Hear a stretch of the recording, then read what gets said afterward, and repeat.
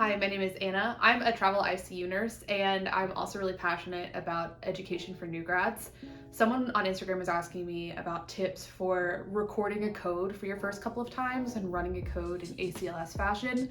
And I wanted to give a longer-winded answer than just what I could fit on the Instagram stories. So I think that there are a couple of really good ways to approach a code blue your first couple of times as a new grad.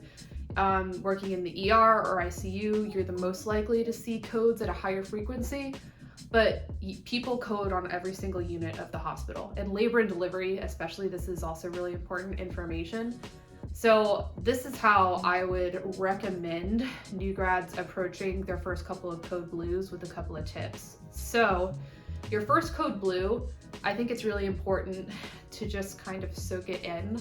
And I think a good role to have is getting in line for compressions, and you really absorb kind of the weight and the gravity of the situation as you are doing chest compressions on someone else. It's an effort for us to do everything that we can to bring someone back, and I think that it's important to absorb that and to really be hands-on and to give it your best effort. And I think that a lot of times running a code or CPR is more for the family and for all of us to feel that we gave it 100% and gave it everything that we had to try to bring that person back, even if the outcome is not getting a pulse back. So I would recommend everyone for their first code doing compressions and really kind of soaking that in, and then debriefing after. And it's really important for all healthcare workers to have a therapist. I would recommend that, especially working in ER or ICU, somewhere where you see really rough stuff like that all the time. So after your first code where you do chest compressions, the next role that I would recommend is being the supply grabber. And I started off as a CNA and I worked full-time through nursing school, and I learned so much working as a tech in the ICU. And I think that it really helped me to start thinking big picture about what was happening in the room. It started to help me get that bird's eye view. So after you do your CPR for your first code, the next step I would recommend taking, and the next role I would recommend taking, is that of the supply grabber. When you are the supply grabber, you learn how to be fast and responsive and quick on your feet, but then you also start to think big picture about being one step ahead.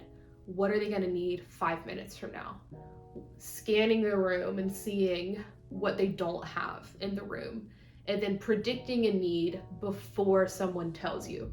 That is such a valuable skill to develop at any point along the line, but the earlier you can, the better. It's like Ryan on TikTok says, be ready so you don't have to get ready, you know? So as the supply grabber, you are responsive and running for supplies that the nurses and the physicians, PAs, everybody is asking you to, but you also need to be thinking one step ahead. So for a patient who is coding because they are hemorrhagic bleed, do you have blood tubing in the room? Do you have LR in the room? What about flushes? Do you have the blood warmer in the room? Do you have the massive transfuser? For someone who you think that it's a pneumothorax, you get the general surgery tray, you get the chest tube, the pleurovac, you need to get suction tubing. Thinking one step ahead on supplies to grab for everyone is going to help you at any role, but especially as a learner and especially as a new grad, thinking, what am I going to need 5 minutes from now that we don't have in the room already? And that's going to be super helpful. The question I got on Instagram was like how to become a better code recorder. And I think that being a code recorder is a good role to take after you've already done a couple of codes. I think that there's not like a right or wrong, but for me personally, I would recommend students that I take to do chest compressions first, and then to be the runner, and then to start doing recording, just so that they're kind of accustomed with the flow of what running an ACLS code looks like, because it's kind of a lot. But my favorite role is being the recorder, and that's what I do every time now for the most part. As soon as I see that there's a code blue happening in a room that's close to me, I go ahead and I grab a piece of paper out from a printer and I go over into the room. You can grab a paper towel, that'll do in a pinch, and then I pull up onto the computer in the patient room and I put the piece of paper on the computer. And then the first thing I do is I write out the next 10 minutes and I pull out my phone and I start the stopwatch to record. So as the stopwatch is recording and you're writing out the next couple of minutes, you start to get the framework for what's happening. And as the recorder, you are kind of the de facto code leader until a provider gets there. And it's okay to project your voice. You're not yelling. You are trying to help other people like bring order in the room, and they will defer to you as the recorder because you're the one who has the visual record of what you've been doing in front of you. You're looking at it. So I write out like 801, 802, 803, 804, 805, 806, 807, 808, 809, 810. So that I have the minutes written down minute by minute, and then I have my phone out and it's recording. Every 2 minutes you're doing a pulse check and you're shocking the rhythm if it's shockable. Every 3 to 5 minutes you're giving epi, and then if it's a VFib or a VTAC algorithm, you can give amnio in between. A lot of times it's a PEA arrest, and if it's a PEA arrest, you don't shock, you just give epi every 3 minutes, and it's pretty actually like, it feels like a lot and it's very like overstimulating being in the room, but 3 minutes feels like it goes on forever in a code. So you as the recorder are the one who is organized, and you are giving direction to other people as they are running the code as well. So you have your paper, you have your clock, you can then coach other people. You can say, hey, do we have an end title? Because you want to have your end title CO2 be greater than 20 for your chances of getting ROSC back. That means that you're getting good quality chest compressions and you're allowing recoil, and you're getting like a fourth of the cardiac output that's normal. You can say, do we have pads on? Do we have the backboard in the room? You can be telling the med nurse to have the next thing of epi ready. You can be making sure that you can start to think about H's and T's, and all of that stuff I think does come with like a little bit of time.